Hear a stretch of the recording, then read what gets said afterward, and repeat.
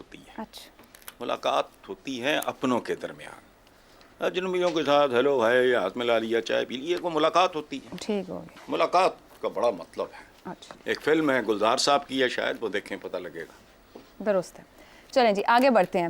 ابصار صاحب, نواز شریف صاحب نے 3 ریٹائرڈ ججز کا ذکر کیا جن کا نام لیا, ثاقب نثار, اعجاز الاحسن اور مظاہر علی اکبر نقوی صاحب پر. 2 اہم کرداروں کے ساتھ وہ کئی اور ججز کے نام بھی بھولے ہیں, بلکہ ابھی 7-8 ماہ پہلے بھی انہوں نے ان کے نام لیے. اس کو کیا کہیں گے, ہم لاشعوری بھول یا صرف مطلب کی تاریخ یاد رکھنے کی خواہش نظر آتی ہے یا چاہ دکھتی ہے یہاں پر؟ دیکھیں سیاستدان تو آرٹ آف پاسبلٹیز پہ چلتا ہے نا, جو ممکن ہے اس کی بات کرے گا, اس کے بارے میں کوشش کرے گا. میں نے تو سنا صحافی ہیں جو دانشور ہیں وہ سچ کے دائی ہوتے ہیں. وہ کیوں نہیں نام لے رہے؟ کون سے نام ہیں آپ بتائیں, نام کون سے ہیں ذرا, میں بھی اس پہ بات کرتا ہوں. کون سے نام مس کیے انہوں نے, وہ نام لیں آپ جن کو انہوں نے ایکسٹینشن دی. میں بالکل آپ کو نام دے رہی ہوں, جن کو ایکسٹینشن دی انہوں نے. نام لینا, نام جنرل باجوہ اور جنرل فیض کا ذکر کر رہے ہیں. نواز شریف صاحب نے 8 مہینے پہلے بھی ان کا ذکر کیا, مگر جب سے دھرتی پہ قدم رکھا وہ سب کچھ بھول گئے. یہی تو پوچھ رہی ہوں, لاشعوری بھول ہے جبکہ حکومت اپنی ہے, وفاق میں بھائی ہے, صوبے میں بیٹی ان کی بیٹھی ہیں, اپنے قریبی دوست وزراء ہیں. کس سے مطالبہ کر رہے ہیں, کس قسم کا مطالبہ کر رہے ہیں؟ نہ آپ لاشعوری طور پہ بھولی تھی, میں نے آپ کو کہا ہے تو آپ کو پتہ ہے میں نے کیوں کہا اور آپ نے کیوں نام لیے ہیں. وہ بھی لاشعوری طور پہ نہیں بھولے. اب انہوں نے کمپرومائز کیا تو حسن نثار صاحب کہہ رہے ہیں نا کہ پارٹی بھی تو لوز کر گئے نا. نام لینا بند کیا تو دیکھ لیں ان کی مقبولیت نیچے چلی گئی. یا مقبولیت ملے گی اسے جو نام لے گا, جس نے غلط کیا اس کے نام لینے والے کو مقبولیت ملے گی. یہ سیدھا سا سمپل سا فارمولا ہے. اور جہاں تک ان کے سسٹم وغیرہ کام کرتے نہیں کرتے, کسی کے انسان کے بولنے سے پتہ چلتا ہے کہ اس کا کون کون سا سسٹم کام کرتا ہے. تو آدھی بات کہنا کیا ان کا کیتھارسس کر رہا ہے صرف؟ اگر وہ بلند فشار خون کے مریض نظر آتے ہیں بولتے ہوئے تو ظاہر ہے ان کے سسٹم سے ہی کام نہیں کر رہے ہوں گے. لیکن اگر وہ تحمل سے سکون سے بات کر رہے ہیں تو میرا خیال ہے ان کے سسٹمز کام کر رہے ہیں صحیح طریقے سے. وہ نام اس لیے, آپ کیا سوال تھا آپ کا بھی آخری؟ آدھی بات کہہ رہے ہیں اور پھر شکوے اور خواہشات رکھ رہے ہیں, یا کچھ لوگوں کے احتساب کی بات کر رہے ہیں مگر سب کے احتساب کی بات نہیں کر رہے. دیکھیں نواز شریف چاہ یہ رہے ہیں کہ یہ ملک آگے چلے. ان کو ہر طرف سے یہ کہا گیا, ان کے عقل مند دوستوں, عقل مند دانشوروں کی طرف سے, عقل مند میڈیا پرسنز کی طرف سے, جس میں آپ بھی شاید شامل ہوں, میں بھی شاید شامل ہوں, کہ جی آگے چلیں, پیچھے نہ دیکھیں, پچھلی باتیں نہ کریں. یہی اسی ٹی وی چینل پہ اسی کیمرے کے سامنے ہم یہ باتیں کرتے رہیں, یہ ماضی کی باتیں کرتے رہتے ہیں, یہ ویسے کہ آگے نہیں دیکھتے, آگے چلیں. تو انہوں نے کہا اچھا چلو آپ سب کہہ رہے ہیں نا تو میں اب آگے چلتا ہوں, میں شکوے خالی کر لیتا ہوں. میں اس پہ یہ نہیں کہتا کہ آپ احتساب, پہلے احتساب کا کہا انہوں نے, اس پہ سب ان کے پیچھے پڑ گئے کہ یہ گڑھے مردے اکھاڑنے آ رہے ہیں, یہ انتقام لینے آ رہے ہیں. انہوں نے آ کے وہ بات نہیں کی. تو اب ہم یہ کرنا چاہ رہے ہیں کہ وہ نام کیوں نہیں لے رہے, وہ ایسے کیوں نہیں کر رہے. دیکھیں نواز شریف کو میں جانتا ہوں جتنا نا, وہ اس ملک کو چاہتے ہیں کہ جو اس وقت لوگوں کی حالت ہے یہاں سے نکلیں اور آگے چلیں, بہتری کی طرف چلیں, کوئی مہنگائی کم ہو, لوگوں کا روزگار ملے, روزگار, اس کے بعد پھر باقی معاملات جو ہے نا ان کو طے کریں. وہ ان کا یہ مجھے انفارمیشن پتہ ہے تو میں یہ بات آپ سے کروں, اندازہ نہیں لگا رہا. مقصد ان کا اتنا ہی ہے. خود وزیر اعظم بنے نہ بنے یہ ایک الگ بحث ہے. ان کی بیٹی وزیر اعلیٰ ہے, بھائی وزیر اعظم ہے, اس پہ جو عدالتیں کر رہی ہیں ان کے ساتھ, ٹھیک, اگر اس کو آپ اقتدار کہتی ہیں, طاقت کہتی ہیں, تو آپ کو مبارک ہو. آپ نے اپنے انٹرو میں کہا وہ بینیفیشری ہیں سسٹم کے, نواز شریف کے کیسز ختم ہو گئے. کل کو آپ کہہ دیں گی ذوالفقار علی بھٹو بینیفیشری ہے قاضی فائز عیسیٰ کا, کیونکہ انہوں نے 45 سال بعد کہہ دیا, جب بھٹو قبر میں گئے ہوئے 45 سال ہو گئے تھے, کہ وہ جی غلط تھا فیصلہ. دیکھیں کچھ انصاف کیا کریں, کچھ تھوڑا سا کسی کے ساتھ غلط کیسز ہونا اور وہ پلٹ جائیں تو نقصان ہو چکا ہوتا ہے پھر بھی اس بندے کو. جیسے ذوالفقار علی بھٹو کو ہوا, مر گیا, پھانسی چڑھ گیا, اب آپ جو مرضی کر لیں, آپ بینیفیشری ہو گئے. اب نواز 2017 سے آج 2024 ہو گئے, 7 سال 8 سال ہو گئے ہیں.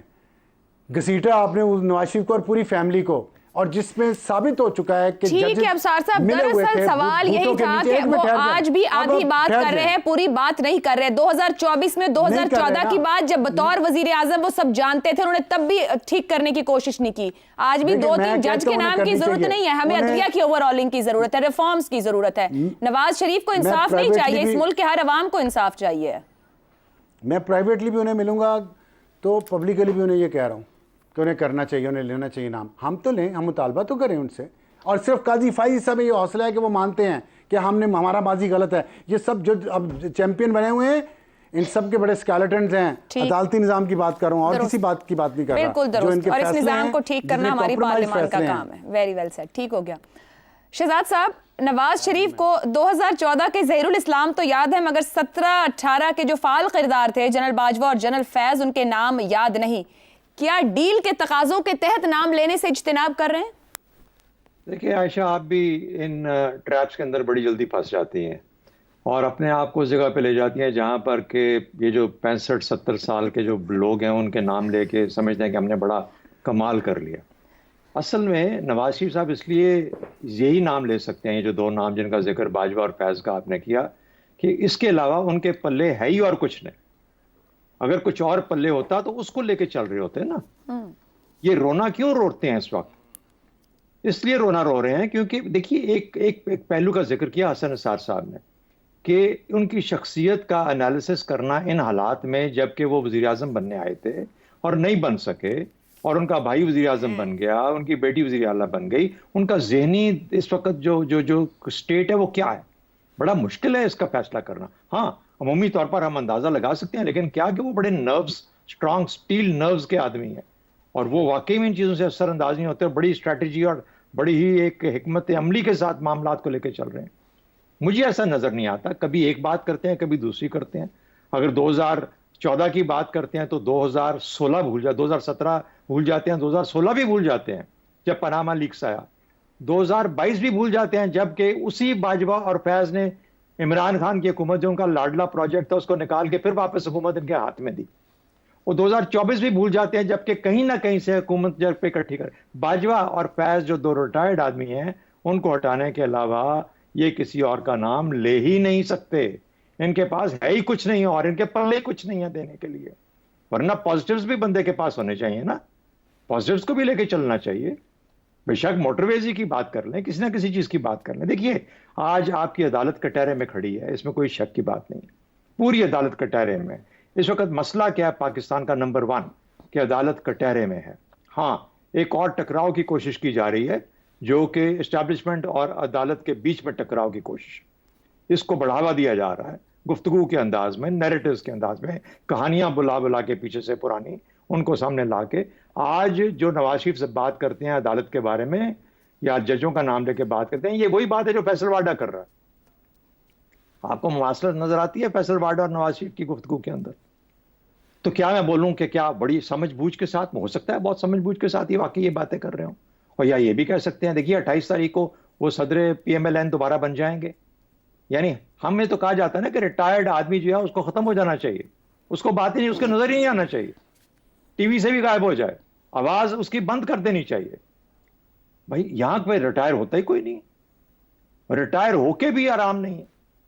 تو کہنے کا مطلب یہ ہوا کہ سب کچھ یہ ہمارے سامنے ہے. ہمارا ملک اس وقت جس مشکل دور پہ کھڑا ہے, مطلب نواز شریف صاحب جیسے تجربہ کار آدمی سے اگر کوئی توقع میں کر سکتا ہوں ایک شہری کے طور پہ, تو میں یہ توقع کرتا ہوں کہ وہ پاکستان کو ان مشکلات سے نکلنے کا حل دیں گے. وہ یہ نہیں کہیں گے کہ 2014 میں کیا ہوا, 2014 میں ہوا تو 1985 میں بھی ہوا, 1982 میں بھی ہوا, 1990 میں بھی ہوا. تو کہاں تک جائیں گے آپ پیچھے, کس کہانی کو نکالیں گے؟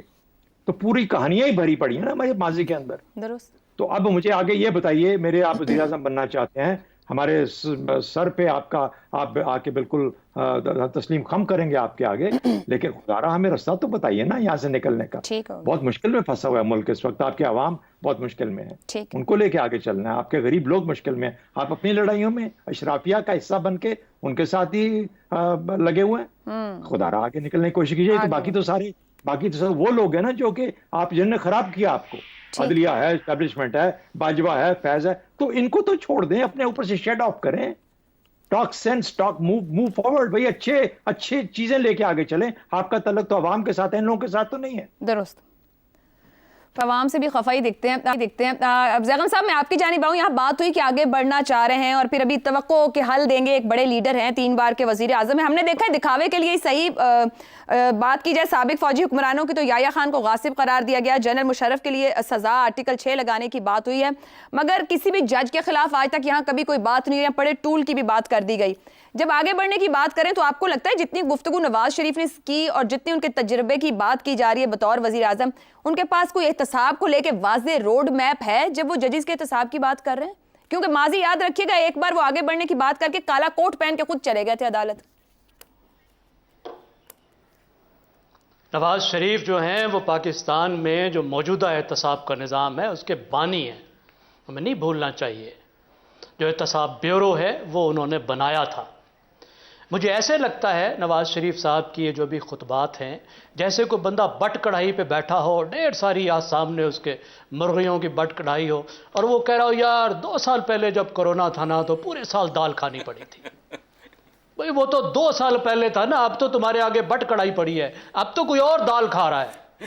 ہم اب بھی تمہاری وہ دال کی بات کرتے رہو, تمہاری بٹ کڑھائی کی بات نہ کریں اور دوسرے کی دال کی بات نہ کریں جس کو زبردستی مرغا بنا کے دال کھلائی جا رہی ہے. یہ کہہ رہے ہیں کہ تم یاد کرو اس پرانے پروجیکٹ کو. وہ حضور اس وقت تو آپ پروجیکٹ ہیں, ہم پرانے پروجیکٹ کی کیا بات کریں, وہ تو تاریخ دان لکھے گا اور تاریخ دان لکھ رہا ہے. اور میاں صاحب کا جو گلہ ہے نا کمال کا گلہ ہے. عدلیہ سے تو انہوں نے کبھی سچا پیار ملا ہی نہیں ہے.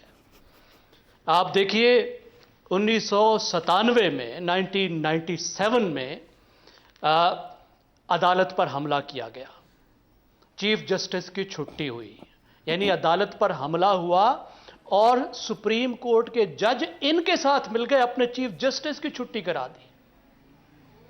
1998 میں کیا ہوا, ایک فون کی ایک فون کال جو ہے وہ ٹیپ ہوئی جس میں شہباز شریف صاحب جسٹس صاحب کو بتا رہے ہیں کہ بے نظیر کو سزا کتنی دینی ہے.